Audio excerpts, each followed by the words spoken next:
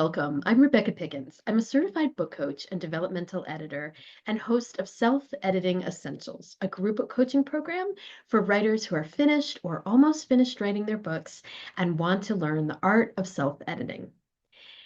So I don't know what the weather's like where you are. We're still wearing sweaters where I am, but I know that spring is springing everywhere. And that might be the reason why so many writers that I work with and that I write with are finishing their books. If you aren't one of those people, do not worry, you will get there. And there is still information in this video that will be helpful to you. But if you are sitting with a finished manuscript or a manuscript that's almost finished, you may be wondering, what do I do now? What comes next? It's a really common question. I hear it all the time. My advice is start with self-revisions, with revising your work yourself. Maybe take 2, 3 sweeps through your entire manuscript and get it into the best shape you know how to do, that you know how. Then you may have an beta reader or a friend or a family member who you would like to share your story with. If that's the case, go for it, get their feedback, see if it inspires you to make any changes. And then from there, you are ready to hire an editor. Now, this is where people often get stuck because they think, I'll just call an editor. I'll look around, I'll find somebody who calls himself an editor, it'll be perfect. But the tricky thing about the term editor is it's really more of an umbrella term that describes a lot of different kinds of jobs. There are many, many kinds of editors. And in order for you to get the information that you need, you've got to hire the right kind. So for our video today, I am going to talk about the 3 kinds of editors that are likely to be most helpful for you if you are writing fiction, memoir, or even many kinds of nonfiction books. Now, before we do that, I want to address the elephant in the room. That's right, the red pen. Do you remember that teacher who walked around English class with that red pen, marking X's on your pages, maybe adding commas, crossing out sentences that they didn't think belonged there?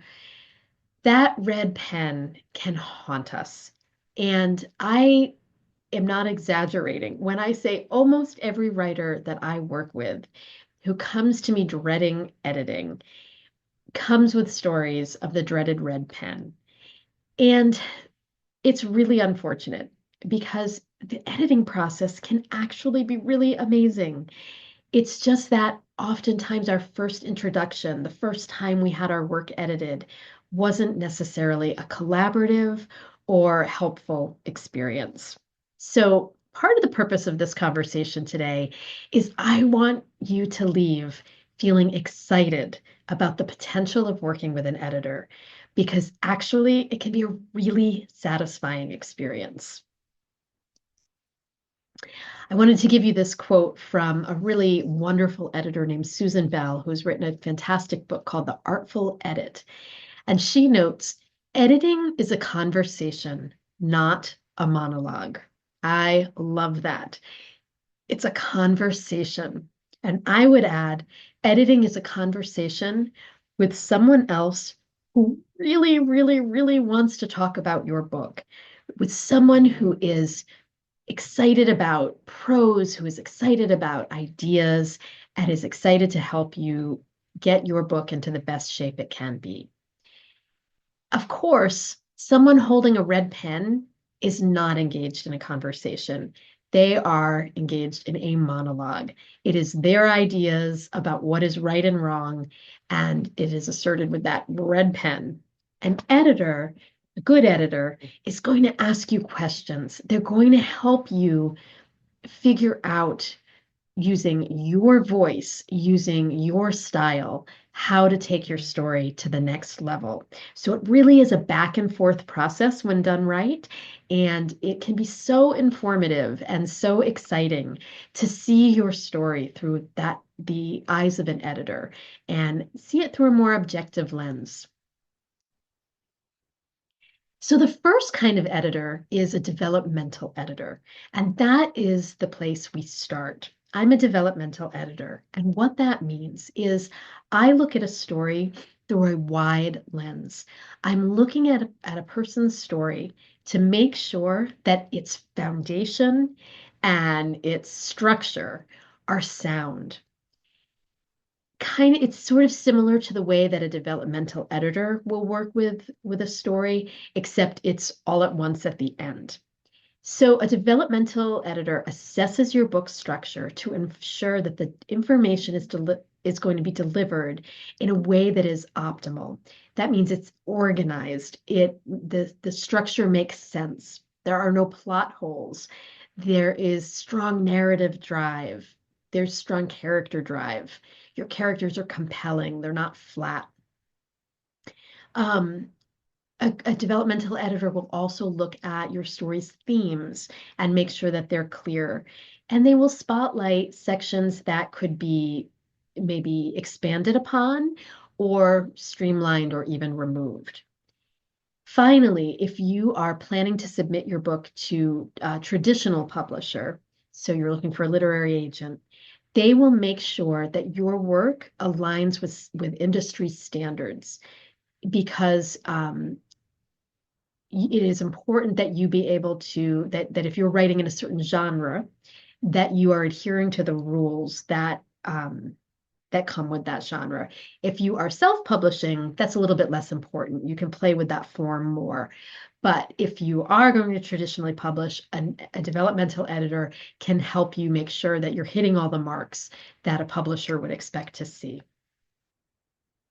Now, we start with a developmental edit because this is the big picture stuff. If we start at a level that is too granular, there's a really good chance that you will polish that sentence till it sparkles and then have to eliminate it. Because when you do your developmental edit, you might find out that that scene wasn't necessary or it needs to be finessed a little bit and the words are going to change. So that's the reason we like to do big edits before we get down to that more granular level. The next kind of editor is a line editor. While a developmental editor is doing that very wide angle view, a line editor is getting up close to your work and they are examining your story line by line by line, and they're giving very extensive edits on those single sentences. They're reading for tone, flow, pacing, and they want to make sure that your style and your sentence structure is consistent throughout. In other words, they want to make sure that your voice is captured on every page. And finally, there's the copy editor. This is what a lot of people are thinking about when they're thinking about editing. This is the person who checks your spelling and fact checking sometimes. They ensure that there's proper grammar and syntax and punctuation. If you are going to self-publish, having a good copy editor is key. It's profoundly important because, as I'm sure you know, there are a lot of people online waiting to give a bad review if they come across a self-published book that has sloppy grammar or punctuation, and they tend to not be very forgiving. They can be very picky, very particular. So you do not want to get a bad review because of missing commas or, something that someone else could catch really easily. So a copy editor in this instance is very important. If you are planning to get a literary agent and submit your book traditionally, then you will not need a copy editor. The publisher will take care of that. So you can hold on to your money and let the publisher take care of copy editing. Now, sometimes two terms are not interchangeable. A proofreader is looking at the same thing that a copy editor looks at rather. Now, sometimes you will hear the term proofreader. A proofreader and a copy editor essentially are doing the same kinds of work. They're both looking at your spelling, they're looking at grammar and punctuation, but they're doing it at very different periods of time in the whole overall process. The copy editor is doing the bulk of the work. They are doing the heavy lift because they are doing all of this editing before the book is printed. The proofreader's job is to check out the manuscript after it's been printed and just make sure before it gets out there to the public to make sure that there are no last minute mistakes that need to be corrected. Again, if you are submitting your story to a literary agent, you want to get it in the best case, the best shape you possibly can, but you don't necessarily need to pay for a copy editor or proofreader. Just make sure you have done a very good job polishing your manuscript so that you look like a professional. But their team will catch those stray commas and details like that. If you are self-publishing, I would highly recommend proofreading the manuscript after it's already been copy edited. You'll hear a lot of stories about people having disappointing um, results from editors. And I am not dismissing the fact that there are bad players out there who do not deliver what they promise to deliver. And that is so unfortunate, and it does happen. However, more times than not, I suspect that when a writer has a disappointing experience with an editor, it's not necessarily true that the editor was crummy at their job or lazy. It may very well be that the writer did not hire the editor that they needed. A good editor will be more than happy to, in fact, they'll probably require it, that you get on a phone call first to talk about what it is you need for your book. And they will make sure that you understand. And if they don't, you should, ask them to really pinpoint what service they're promising. Are they a developmental editor? Are they a line editor? Are they a copy editor? In many, many instances, people stay in one lane and they do not offer a mishmash of services, which is probably optimal because these are very specialized skills and you want someone who's really, really, an expert in their lane. So, for example, a developmental editor and copy editor, they do things that are so different that it's very unlikely you're going to want to hire someone who does both. Where it gets a little bit blurry is that different editors will interpret developmental editing and line editing a little bit differently. The terms as I've described them are standard, and people will, be able to have a conversation with you based on those terms. But sometimes there is, kind of a blurring of the lines between the developmental and line editing. And you want to be really clear with your editor if that's the case with them or not. So, for example, in my case, I am primarily a developmental editor, though I do offer line editing services separately.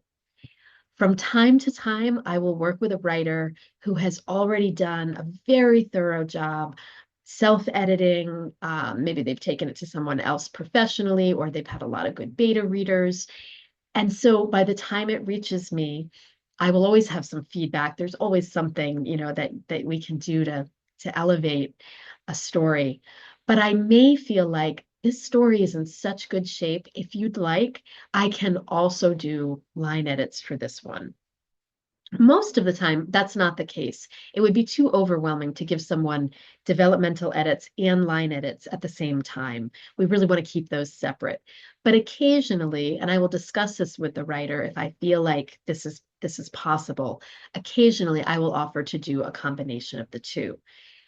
Different editors are going to have different ways of operating in terms of questions like that. And so I'll say it one more time, make sure you ask questions, make sure they are giving you a very clear explanation of what they can offer.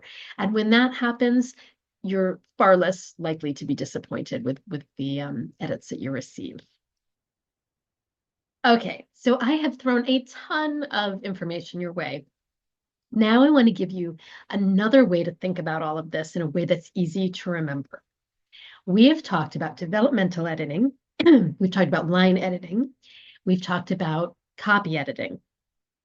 Now, we can think about all of this in terms of an invitation to hit the town, to go to some kind of gala affair where you're going to dress up and look your very best.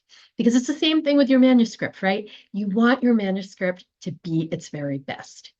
So the first thing you think about when you're getting ready to go out somewhere special is, what am I going to wear? What is it going to look like? What style will it be? What length will it be? What is the tone or the image that I want to put out there?